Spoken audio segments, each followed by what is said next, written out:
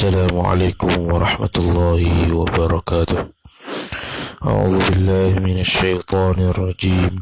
بسم الله الرحمن الرحيم. الحمد لله رب العالمين، والصلاة والسلام على أشرف الأنبياء والمرسلين سيدنا محمد وعلى آله وصحبه أجمعين. سبحانك لا علم لنا إلا ما علمتنا إنك أنت العليم الحكيم. ولا حول ولا قوة إلا بالله العلي العظيم. رب اشرح لي صدري ويسر لي أمري واحلل عقدة من لساني يفقه قولي وسدد لساني واهد قلبي بحق نبيك محمد صلى الله عليه وسلم.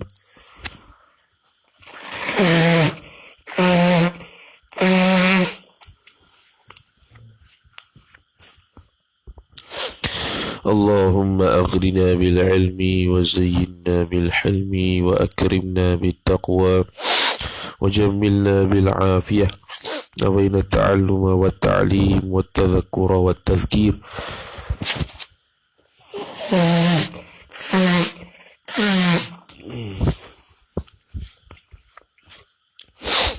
والنفع والانتفاع والإفادة والاستفادة والحث على التمسك بكتاب الله وسنة رسوله صلى الله عليه وسلم ودعاء إلى الهدى والدلالة على الخير ابتغاء وجه الله مرضاته وقربه وثوابه سبحانه وتعالى. آمين يا رب العالمين. وقال الشيخ الشارح رحمه الله تعالى: ونفعنا الله بعلومه وبعلومكم وبعلوم مشايخنا في الدارين آمين يا رب العالمين. Kata syarih Syekh Zainal Abidin bin Muhammad Al-Fatani rahimahullahu ta'ala, dan yang kedua daripada perkara yang keluar daripada pengetahuan itu syok. Jadi bila sesuatu tu bila dikaitkan dengan pengetahuan, maka terkeluarlah yang pertamanya jahil. Seperti mana yang dihuraikan semalam, jahil terbelah pada dua pula, iaitu jahil murakkab dan jahil basit. Dan ada satu lagi jahil muka'ab. Kemudian keluar juga dengan pengetahuan tu, iaitu syok. Kalau kata dan yang kedua daripada perkara yang keluar daripada pengetahuan, panggil muhtarizat. Benda yang keluar bila sebut pengetahuan, apa yang keluar? Keluar daripada pengetahuan itu iaitu syok. Syok tu bukannya ilmu. Tak dipanggil ilmu kalau dia itu syok. Betul, dalam fiqh ada kaedahnya al-yaqinu la yuzalu bisyakki. Yaqin itu tak dapat menghilangkan syok. Ini dengan makna yakin tu dia pakai hak yakin, tak pakai hak syok. Kalau syok tu diiktiraf dalam fiqh ataupun dalam agama kita, maka payahlah nanti nak ibadat asyik syok semua. Payah. Iaitu syok tu mendapatkan tiap-tiap daripada dua macam jatuh. Tiap-tiap daripada tiap-tiap daripada dua tepi. Tiap-tiap daripada dua tepi. Itu ternafi dua tepi, betul ya. Kitab Abu Qutaybah Rasyidi ini iaitu dua tepi. Dua tepi itu atas bersamaan. Bukan ternafi. Itu macam ternafi. Daripada dua ternafi, bukan ternafi dua tepi. Dia tertambah ra dengan nun. Patutnya ta fa ya tepi. Dia panggil idrakut tarafaini ala sawa. Itu dia punya ta'rif bahasa Arab dia. Itu syok. Bukan dua ternafi, dua tepi. Maknanya sama-sama 50-50. Mudahlah tu. Contoh dia nak buat satu keputusan, saya nak makan nasi ayam. Kemudian keputusan dia itu syok, dengan makna nasi ayam dia nak makan 50%, tak mau makan nasi ayam pun 50%. Okay. Itu syok tu.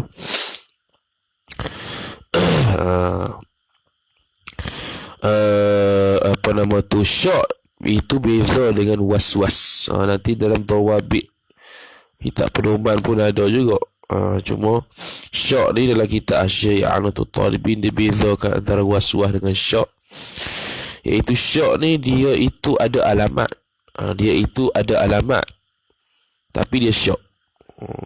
Kalau was-was ni dia menghukumkan sesuatu yang tak berlaku, dan dia hukum tu tak ada alamat pun, tak ada tanda pun. Contoh seseorang tu kata was-was tu was-was lah.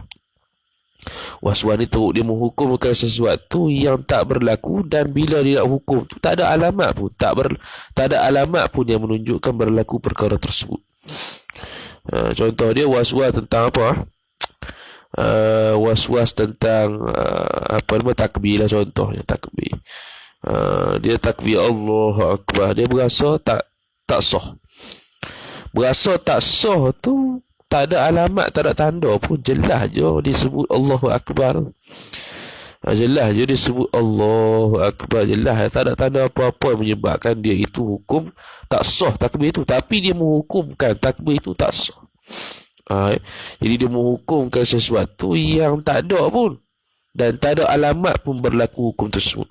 Dia menghukumkan takbir yang tidak sah, dan tak ada alamat pun yang menunjukkan takbir itu tak sah. Itu was-was.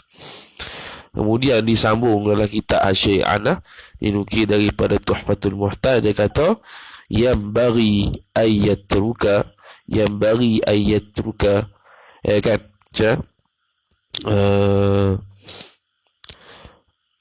Okey, tarkul ihtiyati. Sebab dua-dua, sebab was-was ni berlaku begitu kerana nak ihtiyat. Kononnya nak ihtiyat lah, set ihtiyat sampai tahap was-was. Maka kaedah dia kata tarkul ihtiyati itu ihtiyatun. Meninggalkan ihtiyat itulah ihtiyat.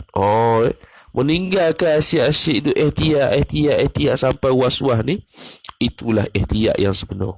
Tu perlu jaga-jaga daripada demikian itu. Tu nanti akan datang pedoman sembahyang Jumaat, ada lah tu. Tobik beza antara syok dengan was-was. Tu antaranya. Kemudian dan yang ketiga, zon, iaitu zon, berat pada hatinya hati seorang itu mengetahui, dan ringan pada hatinya hati seorang itu tiada mengetahui. Ni seolah-olah dia bagi keputusan dah. Dia seolah-olah kata zon ni ialah balik tahu tu banyak, balik tak tahu tu sikit. Itu zon. Seolah-olah dia sudah buat keputusan, kata tahu ni bila berat pada tahu atau berat pada ya, mana dia zon. Bila berat pada ya, berat pada tahu, mana ringan belah tak tahu, ringan belah tidak. Itu zon dia kata. Ini dikritik ataupun diperbetulkan ataupun ditransformasikan semula oleh Pak Daim Mekah Syekh Wan Ismail Al-Fatani radhiyallahu ta'ala anhu. Sebab ni dia panggil tarjihu ala tarafain ataupun tarjihu tarafain, mentarjihkan salah satu taraf tadi. Ya, maksud zon ni ialah kita itu berat sebelah ke arah satu keputusan secara umum. Bukannya ya tu banyak, tidak tu sikit tak. Bukannya tahu tu banyak, tak tahu tu sikit tak. Zon ni dia buat satu keputusan. Apa-apa keputusan, sama ada keputusan itu sabit ke, keputusan itu nafi ke, dan dia berat ke arah itu. Itu zon. Contoh kita kata saya nak makan nasi goreng. Nasi goreng dia nak makan tu berat ke arah nak makan. Maka berat ke arah nak makan nasi goreng, ringan ke arah tak makan nasi goreng, itu zon. Dalam contoh yang sama, dia tak mau makan nasi goreng, dia berat ke arah keputusan tak mau makan nasi goreng. Itu pun zon juga. Dia zon ke arah tak mau makan nasi goreng, makna ringan ke arah nak makan nasi goreng, itu pun zon juga. Jadi zon ni bukannya dia menetapkan keputusan ya dan keputusan positif saja, tak. Bukan dia menetapkan keberatan keputusan ke arah positif, tak. Bahkan negatif pun dia panggil zon juga. Faham? Seolah-olah musannif ni mengetahui, berat ke arah mengetahui banyak daripada tak mengetahui. Itu zon. Tu seolah-olah dia memberikan keputusan hak positif tu banyak, hak negatif tu sikit, itu zon. Tak sebenarnya. Takut orang silap faham. Jadi zon ni dia sama ada positif sabit ke negatif tak sabit ke, apa yang dia berat ke arah tu zon. Kemudian kata musannif rahimahullahu ta'ala, dia kata dan yang keempat waham, iaitu waham ringan pada hatinya seorang pada mengetahui dan berat pada hatinya seorang pada tiada mengetahui. Ini pun samalah. Dia seolah-olah memberikan satu keputusan balik ya ataupun balik sesuatu yang positif. Kalau ringan dia panggil waham. Sebenarnya umum saja. Sama ada keputusan itu balik ya ke, keputusan itu balik tidak ke. Kalau dia ringan ke arah keputusan tu dia panggil waham. Berat ke arah keputusan lain, hak tu zon. Zon lawannya waham. Saya nak makan nasi goreng. Iaitu apa saya nak makan nasi goreng? Saya berstatus waham, iaitu ringan. Sangkaan yang ringan ke arah nak makan nasi goreng, sebab berat lagi ke arah tak mau makan nasi goreng. Tu waham. Yang tak mau makan nasi goreng tu lebih berat tu, tu zon. Saya tak mau makan nasi goreng, tapi keputusan tak mau makan nasi goreng tu ringan je, tu waham. Lebih berat ke arah nak makan nasi goreng, tu zon. Jadi waham dengan zon ni dia berat sebelah ataupun ringan sebelah tu atas keputusan, atas sesuatu keputusan, bukannya tertentu kepada benda, bukan tertentu kepada benda yang sabit, benda yang positif. Ada kitab lain kata kalau zon ni lebih berat balik ya, kalau waham ni lebih berat balik tidak. Tak sebenarnya. Sebenarnya dia membabitkan suatu keputusan. Berat ke arah keputusan tu zon, ringan ke arah keputusan tu waham. Kemudian kata musannif rahimahullahu ta'ala, maka orang yang bersifat dengan salah suatu daripada empat perkara ini, iaitu jahil, zon, syak dan waham, tiada bagi mereka itu orang yang bersifat dengan salah suatu ni iman. Tak ada bagi iman. Iman dia kena yakin sahaja. Jahil tak boleh, syak tak boleh, waham tak boleh, zon tak boleh, kerana kapi belaka. Kalau dalam fiqh zon boleh, yakin boleh. Zon boleh, yakin boleh. Kalau syak tak boleh, kerana al-yaqinu la yuzalu bisyaki. Kalau waham pun tak boleh juga, kerana ada kaedah la ibrata bitawahhum. Tak ambil kira dengan tawahum, dengan waham-waham ni tak ambil kira. Yang ambil kira zon dengan yakin. Sikit saja yakin, kebanyakannya zon dalam bab fiqh. Tapi dalam bab tauhid semua kena yakin belaka, tak boleh zon, tak boleh syak, tak boleh waham, tak boleh jahil. Arti kata tiada mereka itu beriman, jikalau adalah ia seorang i'tiqadkan Allah, itu maf'ul bi i'tiqad, dan akan rasulnya Allah dengan jahil atau dengan syak atau dengan zon atau dengan waham, jawabnya maka orang itu kafirun. Itu tak ada beriman. Itu tafsir bagi tiada bagi mereka itu iman, iaitu mereka itu kafir. Bila sebab iman lawannya kafir. Jadi kalau mereka itu tidak ada iman, dengan makna apa? Mereka itu i'tiqad tak Allah dan Rasul dalam keadaan syak, waham, zon ataupun jahil, maka hukum dia kafir, wal'iyadhu billah.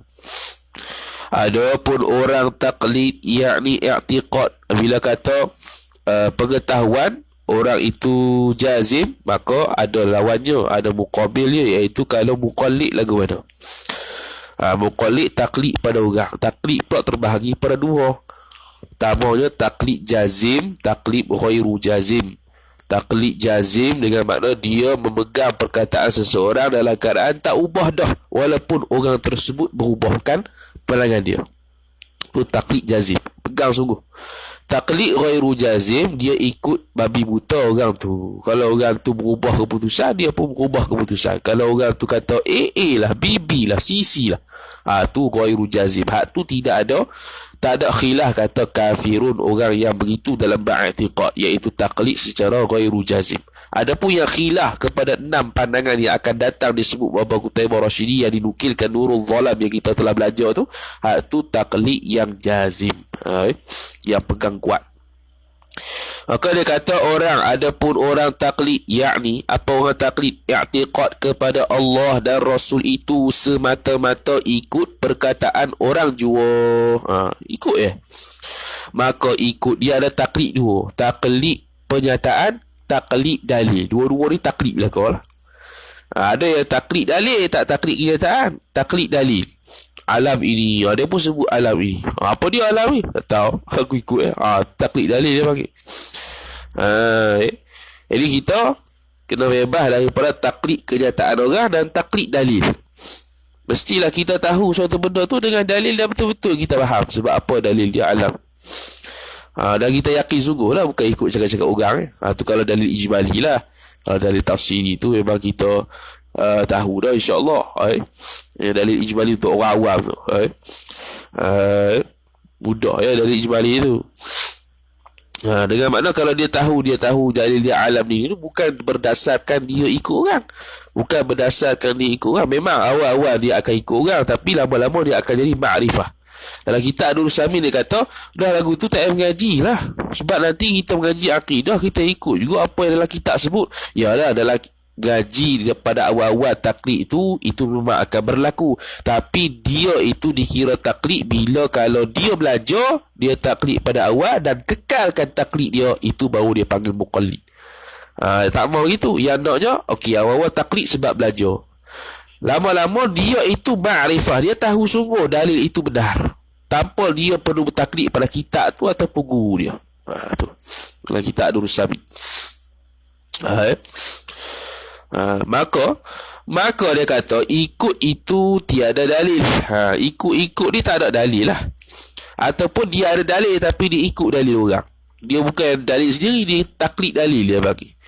Orang kata alam ni, dia pun kata alam ni. Sebab apa tak tahu, aku ikut tu taklid dalil. Tadi hilang. Maka ikut itu tiada dalil padanya pada ikut. Padahal jazam ia.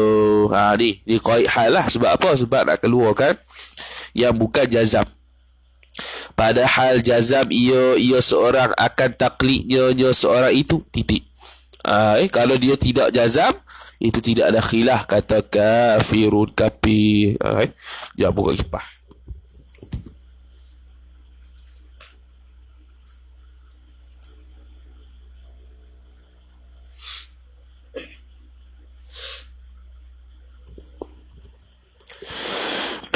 Tak buka kipas panas, buka kipas sejuk. Aduh.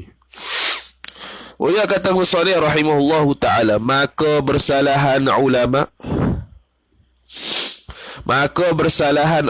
mana khilaf pada sah imannya, iman taklid yang jazam. Kena buat gitu. Bukan semata-mata taklid, taklid yang jazam. Khilaf. Maka kata setengah kafir. Kata setengah kafirun. Antara yang paling Mu'tazilah tu Abu Hashim Al-Jubai kata kafir ia orang taklid yang jazam. Iaitu pandangan kata kafir ni dhaif. Dan kata setengah ulama mukmin, iaitu setengah ulama perkataan ni yang mu'tamad. Cuma dia umum lagi ni, kafir mukmin. Ia ada tafsir sampai 6 pandangan. Tengok dalam taklid Baba Qutaibah Rasyidi, dan itu dia ambil daripada kitab Nurul Zalam yang kita dah belajar dah lah. Dia kata nombor 1, tentang iman orang muqallid itu ada perselisihan di antara ulama seperti ternyata di bawah ni. Pandangan pertama dia kata memadai dengan taklid tetapi serta berdosa. Jika ada padanya pada orang itu keahlian bagi fikir dan nazar, itu kalau dosa. Dan jika tidak, yang tak ada keahlian, maka tiada derhaka dan berdosa ia. Ini ialah perkataan yang diiktimadkan oleh ulama. Ni pandangan muktamad. Ini pandangan muktamad dalam akidah Najdi itu umum sangat. Mukmin itu pandangan muktamad. Dia ada tafsir lagi. Kalau dia itu ahliyatun nazar, boleh belajar, boleh fikir, boleh tahu dalil, tapi dia tak belajar, dia tak pergi cari, maka hukum dia berdosa. Adapun dia bukan ahliyatun nazar, dia ni dungu, dia ni bengong, jadi orang bengong, jadi ikut orang, ikut dia panggil pok turut. Maka tu dia bukan ahliyatun nazar, tu tak berdosa. La yukallifullahu nafsan illa wus'aha. Pandangan kedua tidak memadai dengan dia, tak memadai dengan taklid, maka adalah muqallid itu kafir. Tu pandangan dhaif. Dan berlaku di atasnya oleh Syekh Sanusi rahimahullahu taala dan Abu Hashim Al-Jubai. Dalam kitab apa dia sebut bahawasanya Imam Sanusi tarik balik kataan tu. Yang kata kafir tu tetap dengan perkataan jumhur ulama, iaitu fasik kalau dia itu ahliyatun nazar, dan tak fasik kalau dia bukan ahliyatun nazar. Biasanya pandangan dhaif ni lagi tak terus Sami, dia sandar kepada Abu Hashim Al-Jubai Mu'tazilah. Nombor 3, memadai dengan dia dengan taklid tadi serta berdosa semata-mata, yakni sama ada ia keahlian bagi nazar atau tiada. Hak ni umum lagi. Berdosa taklid tu, tapi tak ada qaid secara mutlak, sama ada dia ahlun nazar ke, dia bukan ahlun nazar ke, dosa belaka. Jam lagi ni. Yang keempat, mereka yang taklid akan Quran dan As-Sunnah yang qat'iyah itu sah imannya. Ni tak taklid pada dalil macam kita akal ni, dia taklid Quran Sunnah, tapi dalil yang qat'i lah, maka sah imannya. Kerana mengikut ia seorang akan qat'i, benda yang qat'i. Kerana akidah ni benda qat'i je dalil dia, bukannya zanni, kecuali benda furu'. Dan mereka yang taklid akan yang lain daripada demikian Quran Sunnah, tiada sah imannya. Tu dia. Dia wajibkan ia pegang kepada Quran Sunnah yang qat'i saja. Selain daripada tu tak sah iman. Itu pandangan keempat. Pandangan kelima, memadai dengan dia memadai dengan taklid semata-mata daripada ketiadaan berdosa. Taklid tak ada dosa dah. Okey dah taklid tu. Kerana nazar itu syarat kamal. Dia tilik kepada nazar istidlal itu ialah syarat untuk kesempurnaan i'tiqad je. Berkata akan dia oleh Al-Bajuri. Al-Bajuri pun ukir juga orang. Yang keenam, bahawa iman muqallid itu sah ia dan haram atasnya nazar. Ni lagi tu dia panggil ahli falsafah, dan iaitu ditanggungkan dia kan pandangan yang kata haram nazar ni di atas yang bercampur dengan falsafah. Musyawih dia panggil, sudah bercampur, sudah sudah bersedaging ataupun bercampur dengan pandangan falsafah. Itu tak betul lah. Yang betulnya pandangan mu'tamad, kalau dia itu ahliyatun nazar dan dia tak cari dalil, hukum dia berdosa. Kalau dia itu bukan ahliyatun nazar, maka tidak berdosa. Titik. Kemudian kata musannif rahimahullahu ta'ala, dan adakah berdosa ia seorang tadi? Dia baru ditafsir. Tadi nak tahu iman ke kafir je. Okey, pandangan mu'tamad beriman. Adakah beriman itu dosa ataupun tidak? Baru ditafsir. Dan adakah berdosa ia orang yang taklid yang jazam tadi? Atau tiada? Maka iaitu dosa atau tidak tu, bagi permasalahan dosa atau tidak ni tafsir yakni terperinci, huraian terperinci lagi akan datang sebut tafsir tadi insya-Allah taala. Dia tak sebut sini, sebut akan datang. Tak tahu akan datang bila tu. Jadi gitu Bila baca kitab ni, bila sekarang dia akan kata kama sayati, bila dah lepas dia akan kata kama marra, kama sabaqa. Mana-mana jari titik. Ketahui olehmu bahawa sebab mendatang dapat ilmu yang baharu itu, dia koi ilmu yang baharu kerana nak keluar ilmu yang qadim. Kerana ilmu yang qadim tidak sifat dia itu mendatang. Ilmu yang qadim zati. Ilmu yang baru boleh pecah pada 4. Ilmu nazari, ilmu kasbi, ilmu badihi, ilmu daruri. 4 ni disebut pada Allah Ta'ala jahil belaka. Maka dia kata ilmu baharu. Lagi pula ilmu baharu, kalau dalam mantik pecah 2, tasawur wa tasdiq. Maka dia kata, dan adakah ketahui olehmu bahawa sebab mendatang dapat ilmu yang baru, asbabul ilmi, dia panggil apa? Asbabu idrakil ilmi. 3 perkara. Okey, hak ni dia ambil daripada Aqaid An-Nasafiyah. Kalau dalam kitab Ad-Durrul Thamin, dia bawa mari matan Arabnya kemudian terjemah. Asbabul ilmi itu thalathah. Sebab-sebab bagi mendapat ilmu tu 3. Dia kata apa? Yang pertama ialah pertamanya khabar yang sadiq, iaitu khabar yang sadiq, khabar Allah Ta'ala dan khabar Rasul. Khabar Rasul tu hadis lah. Khabar Allah tu Quran, Taurat dan sebagainya. Kita Quran lah. Dan khabar mutawatir. Khabar mutawatir sekira-kira sampai bilang-bilangan yang banyak, yang banyak tu yang tiada tasawur, yang tiada tergambar pada akal, muafakat, yakni bersepakat oleh mereka itu bilangan yang banyak tadi atas dusta. Itu makruf dalam mutawatir. Mutawatir ni mencapai jumlah yang sekira-kira mustahil mereka tu nak pakat nipu. Tu mutawatir lah. Banyak orang riwayat. Jadi hadis yang mutawatir ni sikit sangat. Berapa belah ya. Yang banyaknya hadis ahad lah. Kalau hadis mutawatir dia tolak, hukum dia kafir. Tolak Quran, hukum dia kafir. Tolak kefahaman yang qat'i pun kafir. Dia ada dilalah. Bagaimana? Dhanniyatud dilalah thubut, dhanniyatud dilalah, qat'iyatud dilalah, qat'iyatus thubut, dhanniyatus thubut. 4. Qat'iyatud dilalah iaitu pemahaman terhadap Quran ataupun hadis itu qat'i, tidak ada khilaf. Tu kalau ingkar kafir lah. Contoh kita kata zina itu haram. Tak ada khilaf kata zina tu tak haram. Siapa yang ingkar kata zina ni halal, hukum kafir.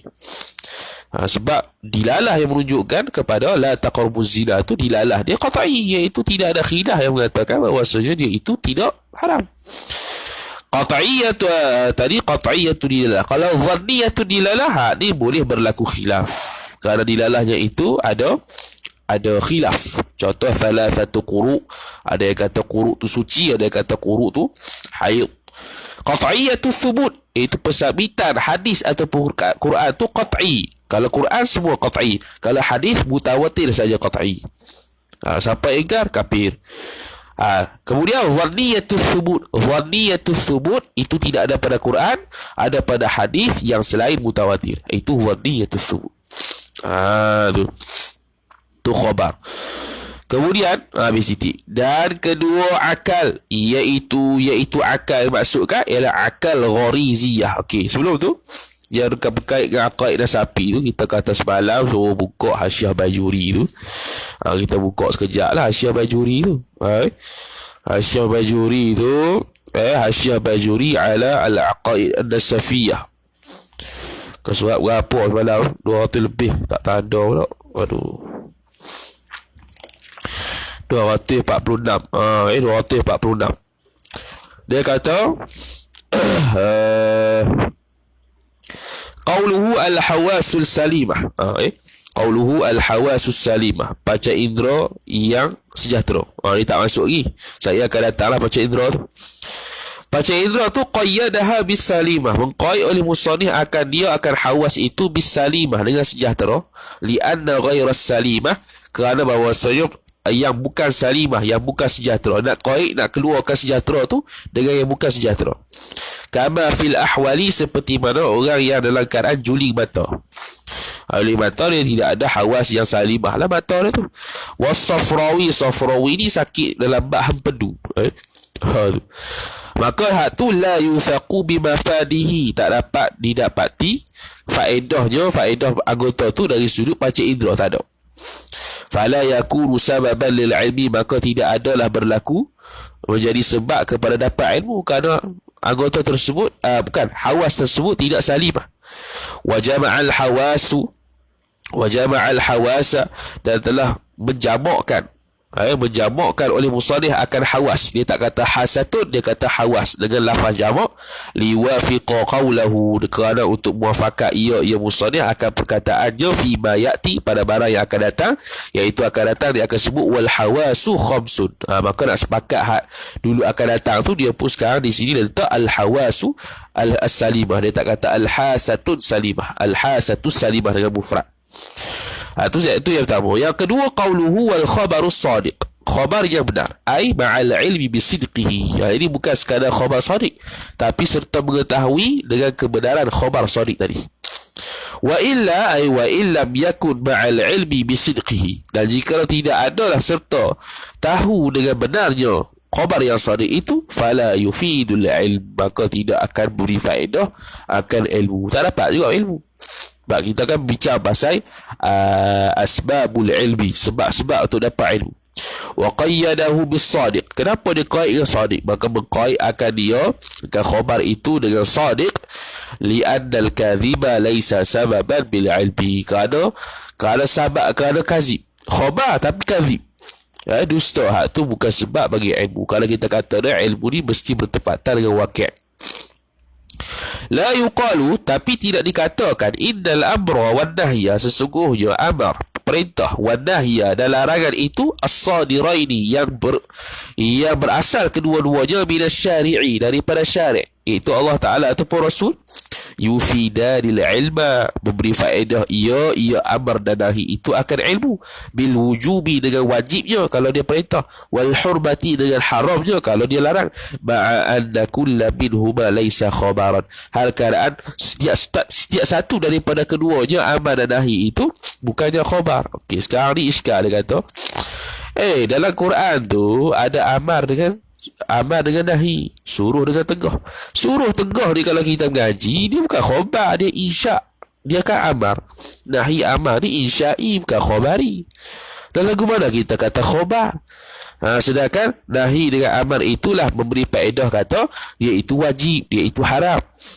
Hal keadaan dua-dua tu bukan khabar, dia insya'. Macam mana kita kata khabar juga? Maka dijawab, dia kata tak boleh kata gitu, tak boleh kata hak tu bukan khabar. Kenapa? Li'anna naqul, kerana kita kata al-mufidu lil ilmi bil wujubi wal hurmati al khabaru dhibni, iaitu yang beri faedah kepada pengetahuan wajibnya ataupun haramnya suatu itu ialah khabar dhibni.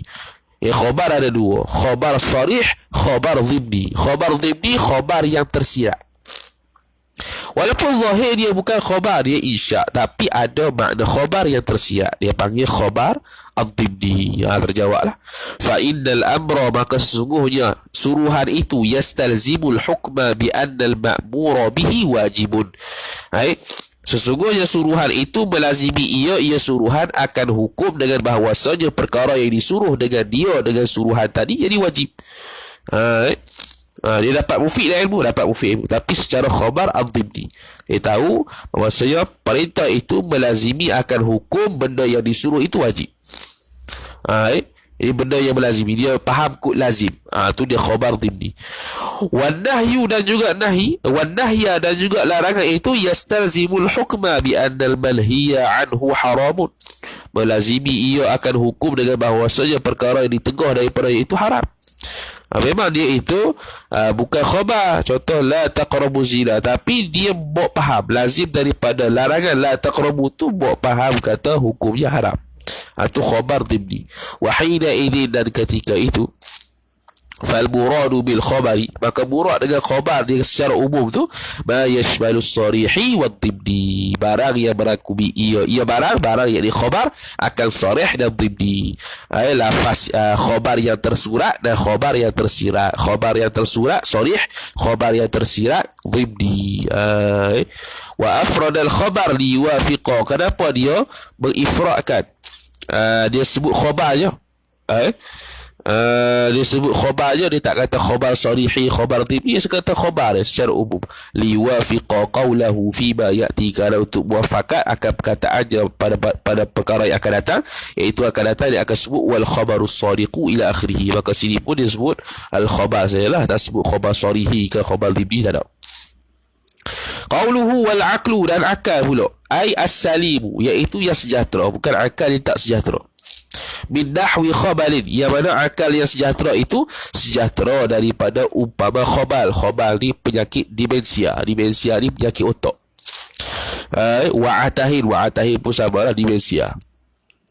Falau qayyadahu bidzalika lakana aula. Maka jikalau musannif kaitkan dengan salim tadi, akal yang salim juga, maka itu lebih aula lah. Lianna ghairas salimi, kerana akal yang tidak salim, yang tidak sejahtera, mimma dzukira, daripada apa yang disebutkan, iaitu khabar dan atah tadi, la yufidul ilma, tidak beri faedah ilmu. Baiknya qaid salim lah. Cuma dalam kitab kita ni Aqidatul Najih, dia kata akal tu akal ghariziyah. Sebelum kita baca ghariziyah yang kita buat gambar tu, dia kata tiga-tiga ni dapat tiga-tiga asbabul ilmi ni salah satu tu kerana bihukmil istiqra', kerana hukum istiqra', kajian saja. Maka dia kata qauluhu bihukmil istiqra', kataannya musannif hukum istiqra' bayanun li musnadil hasri, itu untuk menerangkan kepada sandaran al-hasar. Al-hasar ni batasan tu lah, yufidul hasar, al-hasar batasan. Fal-ma'na ay fa-ma'nahu, maka bermula maknanya ialah anna hasra asbabil ilmi, bahwasanya batasan sebab-sebab mendapat ilmu itu fi thalathatil madhkurati, ialah terhad pada tiga yang tersebut tadi, iaitu akal, khabar sadiq dan juga hawas.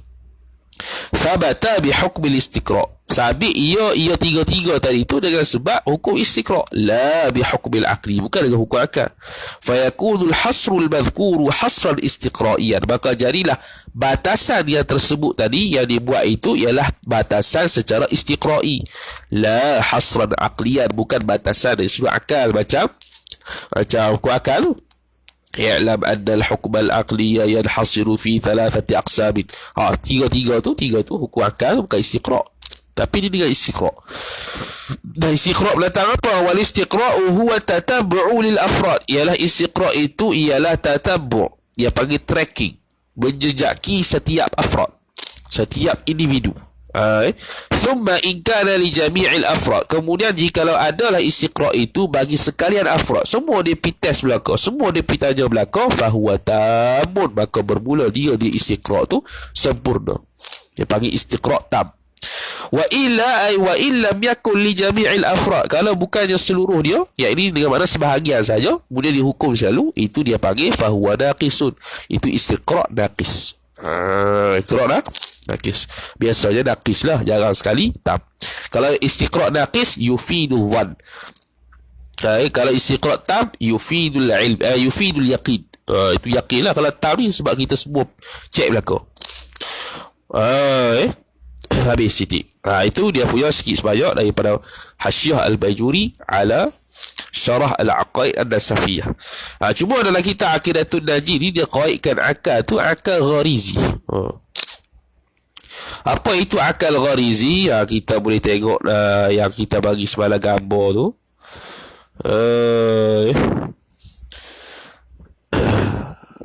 Lambat pula lah buka ni.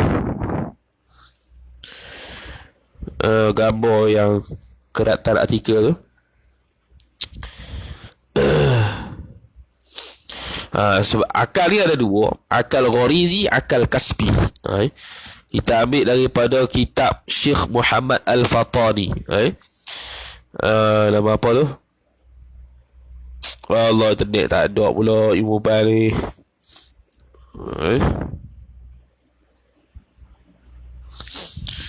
Tak ada, lambat. Tengok sendiri tu, baca sendiri. Jadi ada dua, akal gharizi dengan akal kasbi. Ambil daripada kitab Khulasatul Jawahir, karangan Syekh Muhammad Al-Fatani.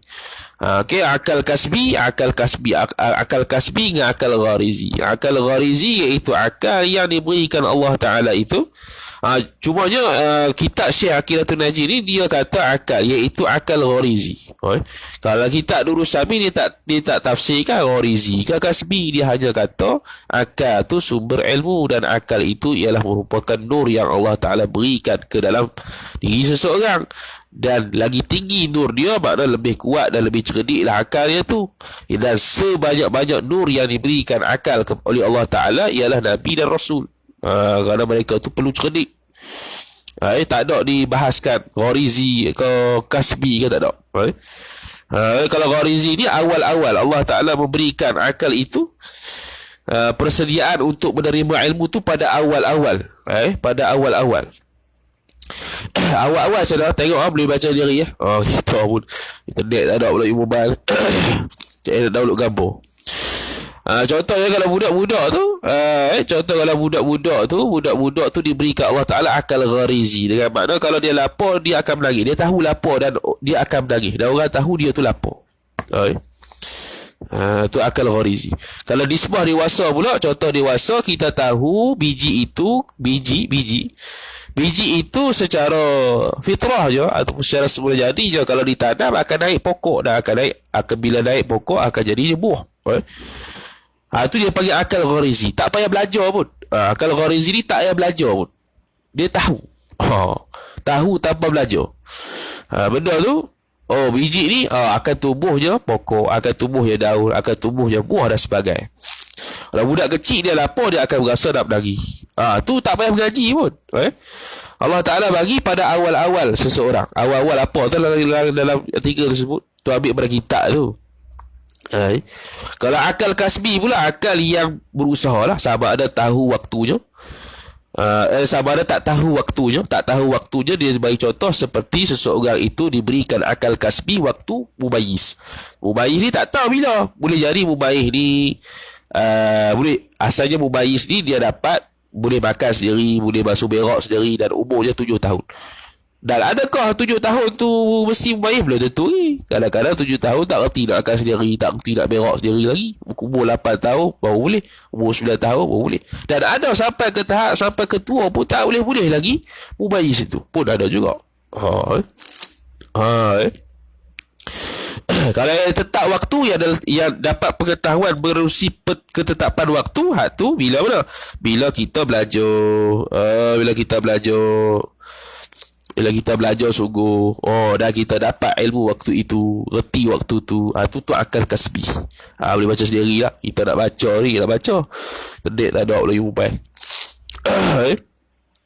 Jadi dia hadkan kepada ghariziyah je. Dia hadkan kepada ghariziyah je. Kalau ikutkan kasbi pun masuklah. Kasbi itu pun ilmu juga, asbabul ilmi juga. Tanpa menafikan ghariziyah pun asbabul ilmi juga. Cuma ilmu dia ilmu yang tak payah belajar, ilmu yang daruri lah kita kata. Daruri yang kita kata budak ni kalau lapar dia akan menangis. Tak payah belajar, tak payah belajar. Tak payah belajar. Kalau ilmu kasbi perlu belajar. Perlu belajar sikit baru tahu. Ataupun Allah Ta'ala campakkan yang mana, yang mumayyiz tadi tu.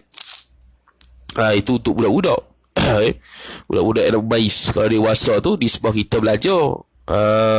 Nisbah kita yang belajar dapat ilmu. Macam mana dapat ilmu? Sebab kita ada akal kasbi, akal yang boleh usaha. Habis. Dan ketiga, segala panca indera yang lima. Yakni panca indera yang zahir, bukan yang batin. Zahir ni lah yang sejahtera. Qaid sejahtera sebab nak keluar yang tidak sejahtera. Iaitu panca indera yang lima itu penglihat. Terjemah penglihat tu. Tapi diterjemah pada panca indera. Kalau pada sifat Allah Ta'ala tu melihat, tak silap. Dia penglihat. Ada penglihat. Penglihat.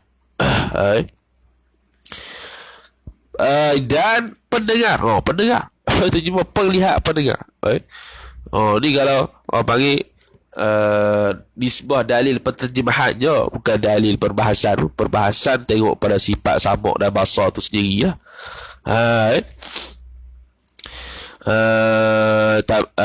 Tapi dari sudut penterjemahan kita boleh buat dalil. Dulu dah terjemah dah penglihat dan pendengar. Biasanya kita dengar guru macam ni kata, dulu ada dah penglihat dan pendengar, cuma mereka terjemahkan pada samak basar tu mendengar dan melihat. Kerana tradisi orang dulu bila terjemah begitu, bila terjemah samak dan basar tu memang terjemah mendengar dan melihat, tak terjemah penglihat dan pendengar. Tapi menerusi tarikh dia tu dapat tahu dah, ni nak kata satu sifat. Jadi transformasi dari sudut terjemahan tu untuk memberikan kefahaman yang lebih tepat lagi, kata satu sifat yang qadim, yang sabit pada Allah Ta'ala ni dia panggil terjemah apa. Tu ya. Maknanya pun kata pelihat, pendengar, pengetahuan, perkuasa, perkehendak. Andai kata kalau zaman sekarang ni ada bahasa yang merujuk kepada satu sifat tadi, yang bukan perkehendak namanya, yang bukan tu. Terjemahlah tu. Kalau ada lah. Kalau ada, contoh perkuasa, aku tak mau guna perkuasa, aku nak guna satu perkataan ni. Dan satu perkataan ni pun sama juga merujuk pada satu sifat yang sabik, yang qadim pada zat Allah Taala, yang mencipta, yang membuat perkara mungkin dan mengadamkan dia. Sila tak apa. Cuma nak bagi faham je apa yang perkataan apa yang sesuai untuk kena pada satu sifat yang qadim, yang ada pada zat Allah Taala. Guna perkuasa, perkehendak. Kalau ada perkataan lain sila. Kalau ada lah. Nak permudah ya dia bagi. Bukan nak membandingkan. Dua bahagian di bawah akal salimah. Akal salimah. Dia akal yang tak salimah ni, dia tak betul. Akal dia tak betul, akal dia ada masalah. Tu tak salimah lah. Jadi akal kasbi dan akal gharizi ni dia panggil salimah kerana dia berfungsi dengan baik. Fitrah yang sempurna dia panggil secara apa? Akal yang Allah Ta'ala letak tu berfungsi begitu. Salimah lah. Kalau tak berfungsi begitu, berfungsi sebaliknya, tak salimah. Gitu ya. Cuma dalam Durus Samin dia tak tafsir, dia tak khususkan gharizi. Ada, dia secara umum juga. Dia ikut akal nasabi. Cuma dia syarahkan akal tu apa je. Akal tu nur lah yang diberikan Allah Ta'ala pada seseorang. Nur akli itu lebih kuat dan lebih banyak pada Nabi dan Rasul, kerana mereka tu nak kuat berhujah mestilah kena otak lebih pandai dan sebagainya. Pelihat, pendengar dan pecium dan pengerasa dan pejabat. Pejabat ni kulit. Titik. Maka penglihat itu dia takrif satu-satu. Dia panggil apa? Dia panggil al-lafu wan nashru al-murattab. Nak sebut dua itu. Tak ingat pula. Al-lafu wan nashru al-murattab. Dia ada dua. Al-lafu wan nashru al-murattab, al-lafu wan nashru al-musyawwash. Kalau al-lafu wan nashru al-murattab, contoh dia kata tadi penglihat, pendengar, pencium. Sehari nak tafsir satu-satu pun ikut turutan. Tu al-lafu wan nashru al-murattab. Tapi kalau dia sebut penlihat, pendengar, pencium, tapi dia tafsir pencium dulu atau tafsir pendengar dulu, tak ikut irutan. Tu al-lafu wan nashru al-musyawwash. Musyawwah ni kita terjemah serabut lah. Dia serabut. Dia sebut pelihat, pendengar, pencium, patut gunalah pelihat dulu hurai. Dia hurai pencium dulu atau pendengar dulu. Tu musyawwash. Serabut lah. Maka pelihat itu quwwah, satu kekuatan yang dihantar, yakni yang dihantar pada mata. Siapa yang hantar? Allah Ta'ala. Satu quwwah yang Allah Ta'ala letak pada mata. Tu pelihat. Memang sunnatullah Allah Ta'ala letakkan pelihat tu di mata, tak ada di lain. Dan bila melihat Allah Subhanahu Wa Ta'ala, dia ada tafsir ya, melihat Allah Ta'ala ni melihat dengan mata ke melihat dengan seluruh tubuh. Okey ya, kalau kita kata atas pandangan seluruh tubuh, kita tak apalah, fine lah.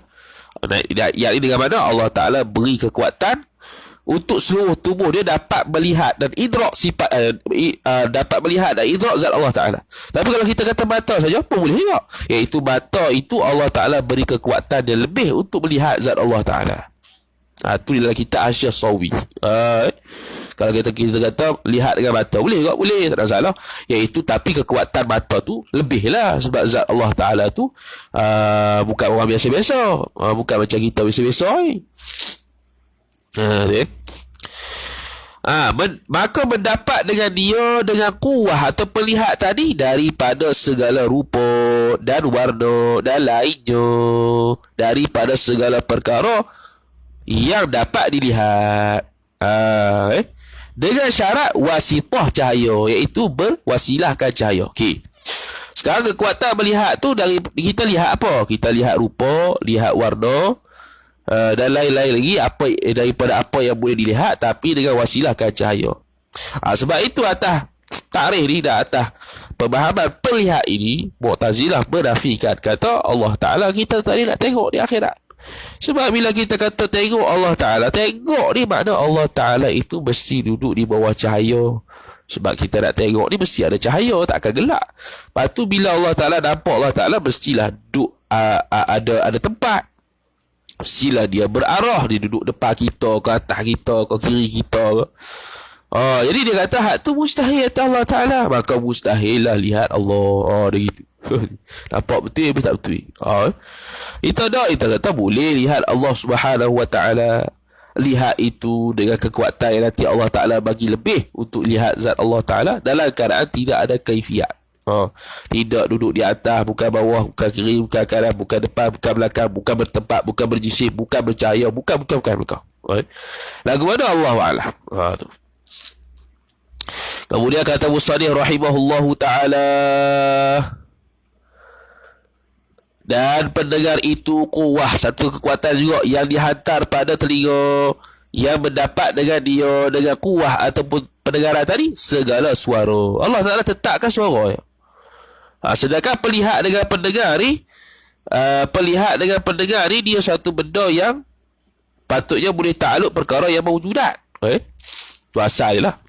Kalau kita ikut ta'rif Allah Ta'ala punya sifat basar dengan samak tu, ialah dia itu dapat melihat, bertakluk dengan perkara yang ada. Bertakluk dengan perkara yang ada. Makna perkara yang ada luah. Tapi pelihat kita hanya batas untuk nampak rupa, warna dan sebagainya. Itu saja. Suara tak dengar dah. Suara tak nampak dah. Masam manis tak nampak dah. Busuk wangi tak nampak dah. Ia hanya terbatas pada rupa dan berwarna sahaja. Begitu juga pendengar kita hanya dengan suara saja. Padahal pendengar ni boleh mendengar benda yang ada, cuma Allah Ta'ala bataskan suara saja.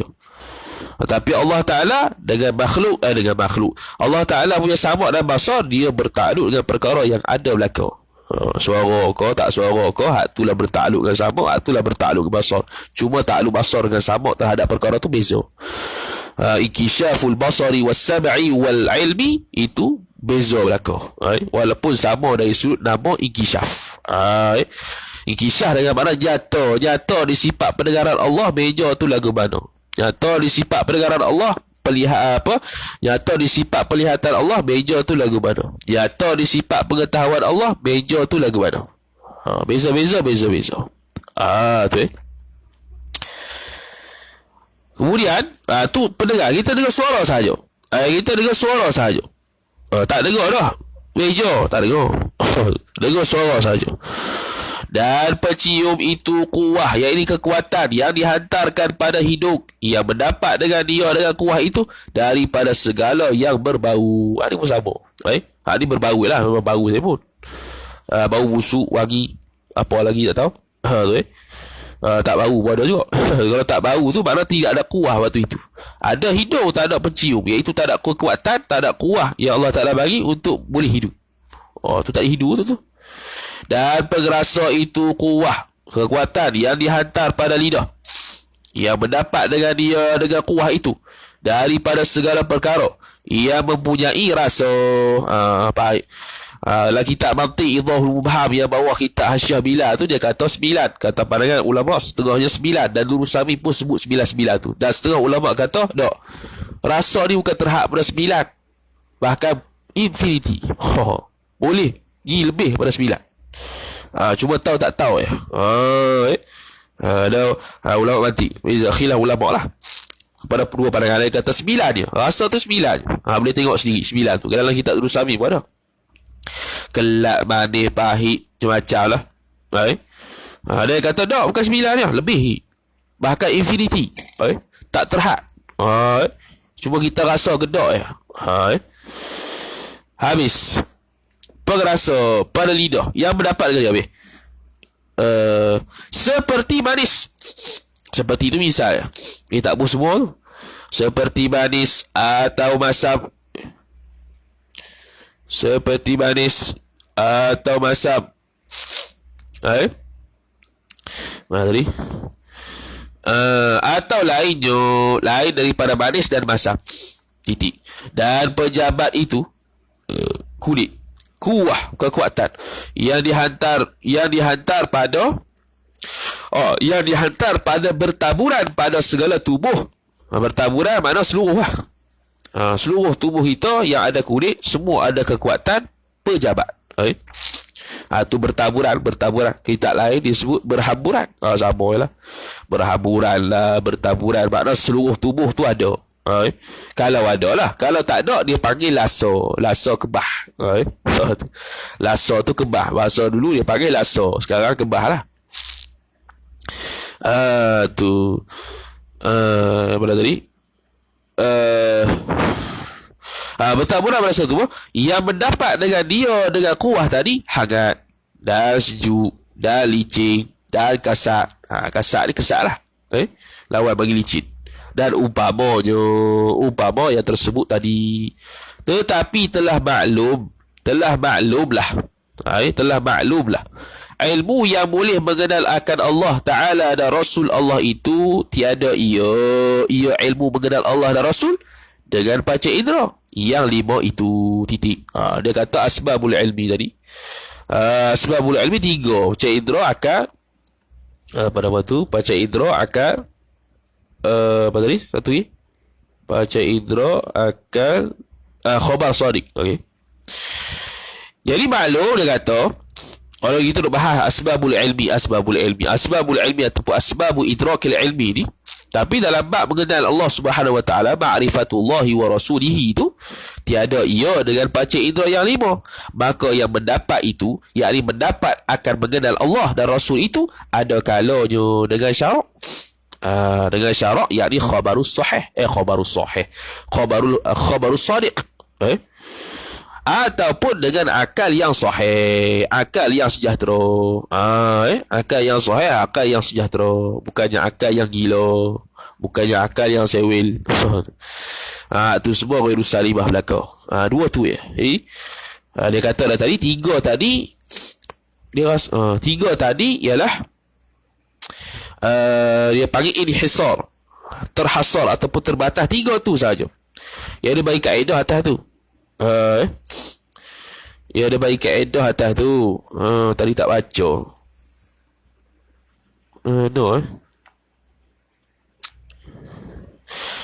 Ya, al-iqtisar ala syai'i fi maqamil bayani yufidul hasra.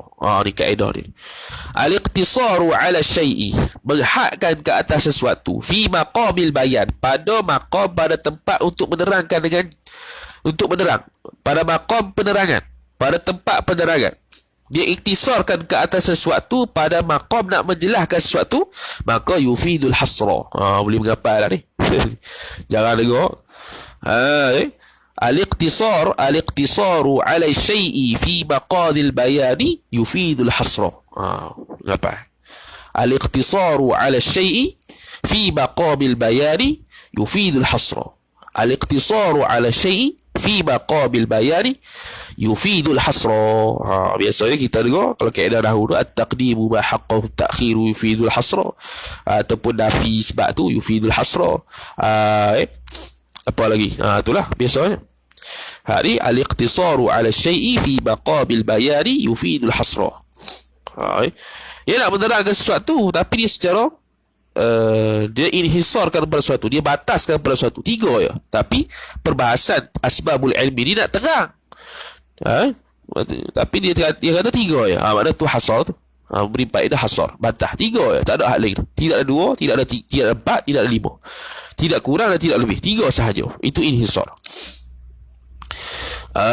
Tu.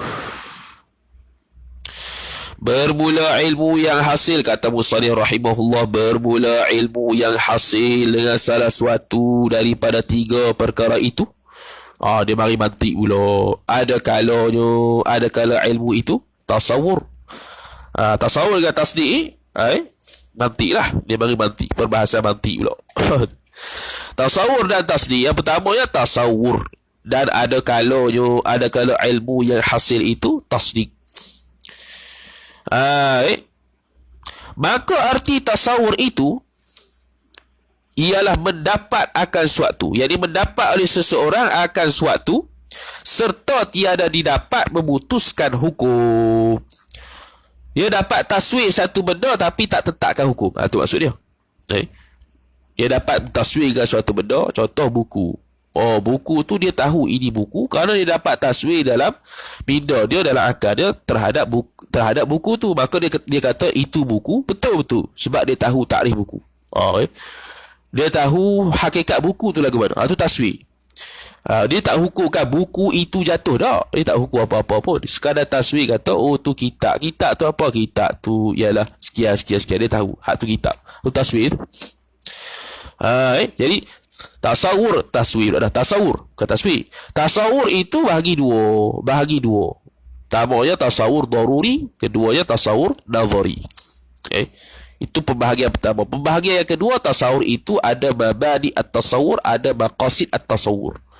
Pembahagian yang pertama, at-tasawur ad-daruri, makna tasawur itu tak perlu fikir panjang. Contoh biasanya dia akan tulis dalam kitab mantik itu, contoh al-wahidu nisfu lithnain. Satu itu ialah separuh pada dua. Makna kita nak faham satu tu apa? Nak faham satu tu apa? Nak faham satu tu apa? Kita berkata, satu ni separuh dua. Perlu tak kita fikir panjang? Tak payah. Senanglah nak taswir satu tu. Nak tasawurkan satu tu senanglah. Iaitu satu ni sebahagian pada dua. Kalau tasawur nazari, kita ambil tadi juga satu. Al-wahid satu juga. Tapi dia kata nisfu. Kita ambil payah sikit. Contoh dia kata satu itu ialah kita batik bagi contoh. Dia bagi fraction. Tak ingat itu. Dia bagi fraction per tu. Dia tu.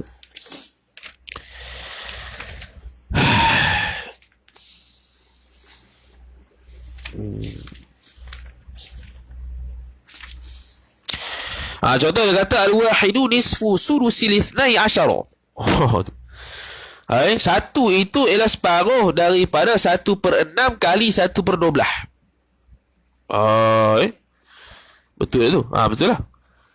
Ithnai asyara, sudusil ithnai asyara. Betul tu 1/12. Betul tu. Betul lah, betul. Sudus 1/6 kali 1/12. 1/6 kali 1/12 dapatnya 1/6 kali 1/6 kali 1/12 kali 2 kali 2 2 kali 2 kali 2 2/12. 2/12 campur 1 3/12. 3/12 betul dah aku kira ni. 1/6 1/12 lepas tu nisfu pula. Sudus ithnai asyara 1/6 1/6 kali 12. 1/6 1/12 pula. 1/6 kali 12. 1/6 kali 12. 12/6. 12/6 bahagi 6. 12/6 bahagi 6. 12 bahagi 6 jawapannya ialah 12 bahagi 6 jawapannya 2. Nisfu 2, separuh 2, 1 lah. Jadi jalan nak faham satu tu panjang. Nisfu sudusil ithnai asyara. Separuh daripada 6 kali 1/6 kali 12. Jadi panjang. Nak faham satu ya, tapi secara nazari, kena fikir sikit. Tu tasawur nazari. Begitu juga tasdik. Tasdik ada tasdik daruri. Okey, satu lagi pembahagian tasawur yang kedua, tasawur iaitu mabadi'ut tasawur. Mabadi'ut tasawur iaitu ma'ruf al-kulliyatul khams. Ngaji mantik. Yang kedua, maqasidut tasawur. Tasawur yang hakikinya, yang sebetulnya, yang hakikatnya ialah al-qawlu syarih. Ta'rif. Ta'rif itu tasawur yang orang panggil maqasid. Pengesuk dia ataupun tujuan utama tasawur. Iaitu apa? Iaitu nak tahu ta'rif. Jadi kita tahu ini pen sebab apa? Sebab kita tahu ta'rif pen yang walaupun kita tak reti nak sebut pun nak ta'rif binatang ni. Tapi kita tahu ni pen. Kita tahu itu insan. Kenapa? Kerana kita tahu dia ini ada sifat hayawan dan natik. Itu dia punya ta'rif. Jadi ta'rif ni nak bina daripada mana? Daripada berunsurkan kuliyatil khams tadi. Iaitu ada faslun, ada jinsun, ada dan sebagainya. Nau'un dan sebagainya. Arat khas dan arat am. Baru boleh cipta pada batu definisi. Adapun tasdik sama juga. Tasdik ada tasdik daruri, ada tasdik nazari. Tasdik ada tasdik daruri, tasdik nazari. Tasdik daruri iaitu tanpa ada dalil, tasdik nazari kena ada dalil. Dan kita menghukumkan dia. Contoh kita ambil tadi juga al-wahidu nisfu lithnain. Tadi kita tasawur dia dengan makna kita tak hukumkan dia itu 1/2. Kita hanya faham kata satu ni sebagai pada 2. Tapi kalau kita tasdikkan, menghukumkan al-wahidu nisfu lithnain, Kita menghukumkan satu ini ialah separuh daripada dua. Kita hukumkan. Membabitkan hukum, maka dia panggil tasdik. Sama juga dengan nazari tadi. Kita ambil tadi. Al-wahidu nisfu sudusul ithnai asyara. Satu itu, kita hukumkan dia itu separuh daripada 1/6 kali 12. Tu dia panggil tasdik nazari. Gitu ya. Tasdik ni ada hukum, tasawur ni tak ada hukum. Begitu juga tasdik, pembahagian yang lain terbelah pada dua. Mabadi'ut tasdik, iaitu dia panggil sebagai qadiyah, dan maqasidut tasdik, itu hak yang maksud dia, iaitu qiyas dan seumpamanya. Qiyas dan adik-beradik dia. Tu. Jadi dia kata ilmu hasil. Okey. Maka erti tasawur itu mendapat akan sesuatu serta tiada dapat memutuskan hukum. Okay. Tiada dapat memutuskan hukum pengenalan itu dengan nafi dan isbat. Dia tak hukum nafi isbat tak. Sekadar mentaswirkan atau mentasawurkan benda tersebut apa. Okay. Tak apa menghukumkan, letak hukum tak. Seperti kita tasawurkan makna alam itu ialah tiap-tiap yang mawujud, yang lain daripada Allah, masiwallah. Itu alam. Kita tak hukumkan alam itu baharu ke, alam itu qadim ke, tak. Kita hanya kata alam tu apa? Alam, sebut alam ya. Alam ni benda selain Tuhan. Tu tasawur tu. Dan itu takrif lah ni. Tiap-tiap perkara yang lain daripada Allah. Ini takrif ni. Ni maqasidut tasawur. Dan arti tasdik itu ialah mengetahui akan sesuatu serta boleh memutuskan hukum pengenalan itu dengan nafi dan isbat. Kalau tasdik ni kita hukum alam itu baharu, tu sabit baharu. Alam itu tidak qadim, ni nafi qadim. Dua-dua tu tasdik belaka. Tu tu. Jadi tasdik ni dia mesti kena ada mubtada khabar, mesti kena ada dia panggil bahasa mantik dia maudhu' mahmul. Sebab maqasidut mabadi'ut tasdik qadaya tu qadiyah tu ada mahmul, ada maudhu'. Untuk menghasilkan satu lagi maqasidut tasdik iaitu qiyas. Dia ada qadiyah, muqaddimah sughra, muqaddimah kubra, dan hasilnya iaitu qiyas, iaitu natijah. Qadiyah, muqaddimah kubra dan muqaddimah sughra mesti ada subjek predikat, mesti ada mubtada khabar, mesti ada maudhu' mahmul, baru boleh hasilkan natijah. Kemudian kata musannif rahimahullahu taala, mana tadi? Dan arti tasdik itu mengetahui akan sesuatu serta boleh memutuskan hukum pengenalan itu dengan nafi dan isbat. Seperti kita ketahui qidam bagi Allah Ta'ala, maka kita hukum sabit qidam itu bagi Allah. Qidam itu sabit bagi Allah. Qidam itu tidak sabit bagi alam. Tu semua tasdik belaka. Sabit qidam ni isbat. Tak qidam pada alam itu nafi. Dan nafi daripada Allah itu baharu. Jadi nafi mana ternafi. Allah Ta'ala itu bukan baharu. Kita nafi kan baharu daripada Allah Ta'ala. Tasdik tak? Tasdik juga. Sebab tu dari sudut nafi. Tasawur tasdik ni min haitsun nafi wal ithbat. Nafi pun dia panggil tasdik, isbat pun dia panggil tasdik. Tu ilmu baharu, ilmu makhluk. Habis. Apa tu? Maksud kuah ni bagaimana? Kuah sini apa tu? Berlainan dengan kuah menurut akidah Qadariyah. Kuah, kekuatan. Kekuatan Kalau ikut je kekuatan kuah ni dia panggil macam mana? Dia panggil malakah. Dia kalau mantik dia panggil adam malakah. Adam malakah ni asalnya istilah Mu'tazilah ni. Cumanya diambil, pinjam istilah tu dibawa pada mantik. Cumanya ada malakah tu ada dengan tiada. Kalau kuah-kuah ni sifat pelihat pendengar ni, dia ni berdada ni. Dia berdada tu. Panca indera yang hawasul khams tu ada tu. Dia wujudi. Dia wujudi. Cuma kita lah tak dapat kesannya wujudi ikut mana.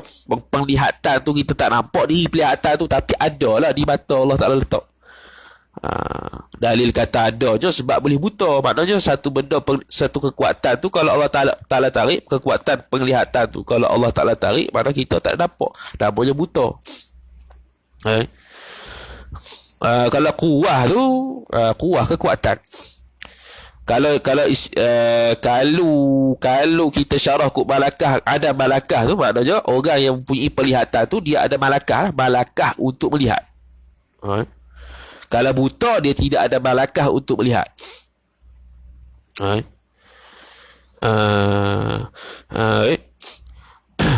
Apa nama tu? Kalau orang tu boleh mendengar, makna dia ada malakah pendengaran. Kalau tak boleh mendengar, makna dia tidak ada malakah pendengaran, dia panggil tuli.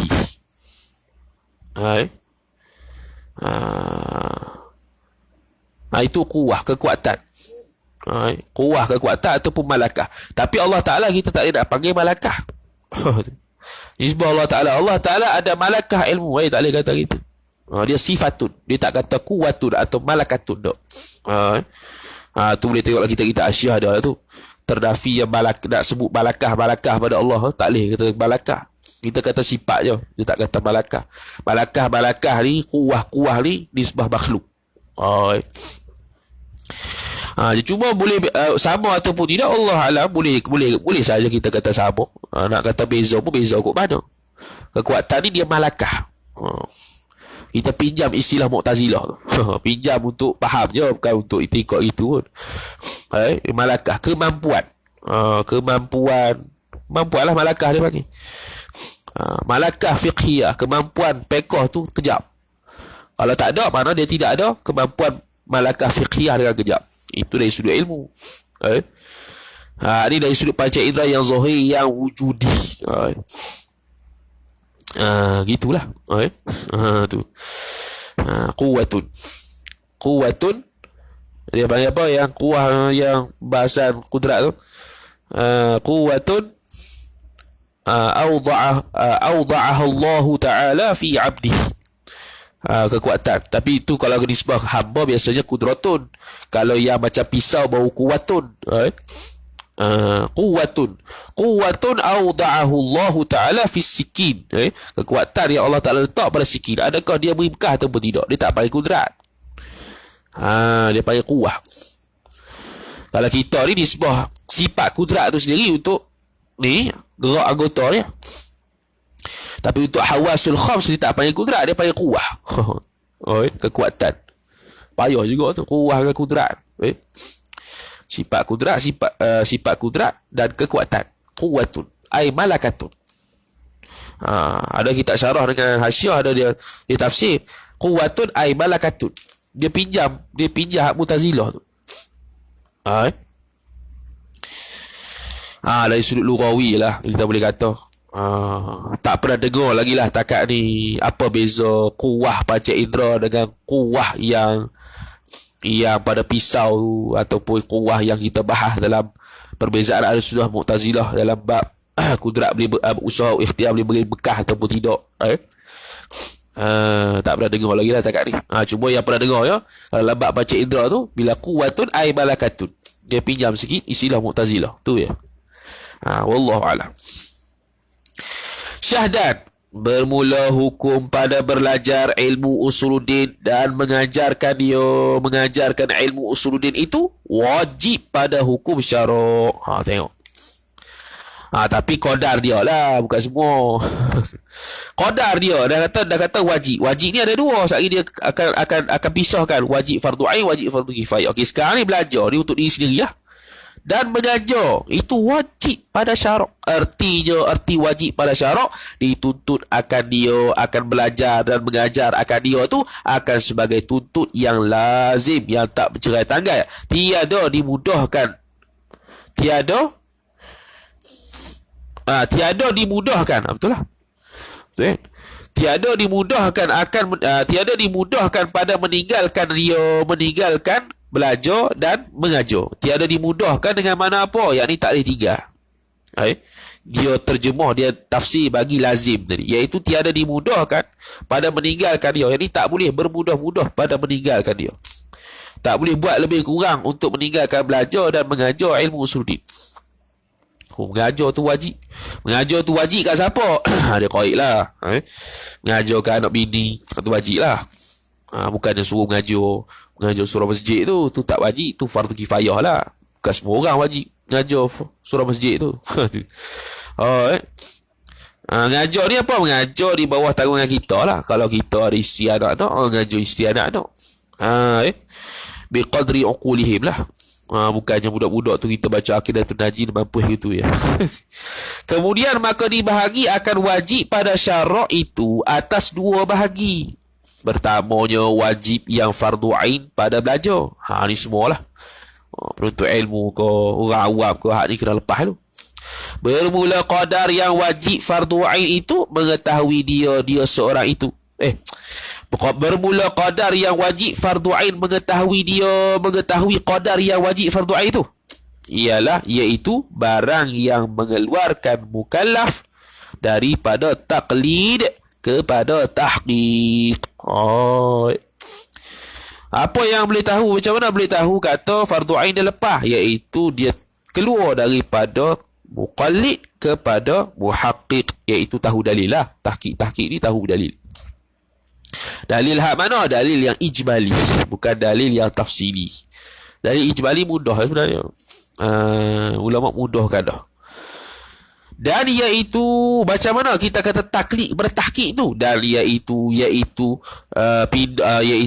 barang yang mengeluarkan mukallaf bertahqiq tu ialah mengetahui yang wajib bagi Allah 20 dengan tafsir dan titik. Ada lagi.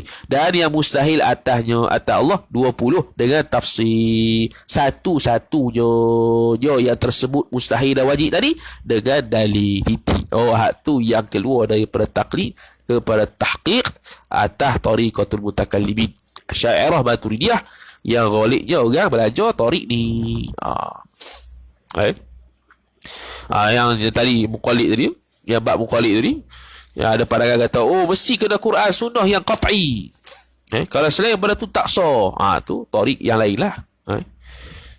Mungkin ahlul hadith wal athar lain, ahlul kashfi wal wujdan lain, ahlul kalam lain. Ni tarik ahlul kalam.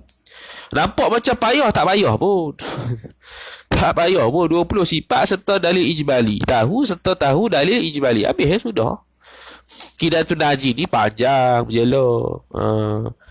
Cukup lah lepas fardu ain tauhid tu. Pergi mengaji kitab. Inilah kitab Usuluddin, Syekh Tariq Bogor. 8 muka je. Habis sehari je dia baca. Tu qadar fardu ain tu. Cuma jangan taklid kitab lah. Memang kita faham sungguh lah. Tak payah-payah ni perbahasan.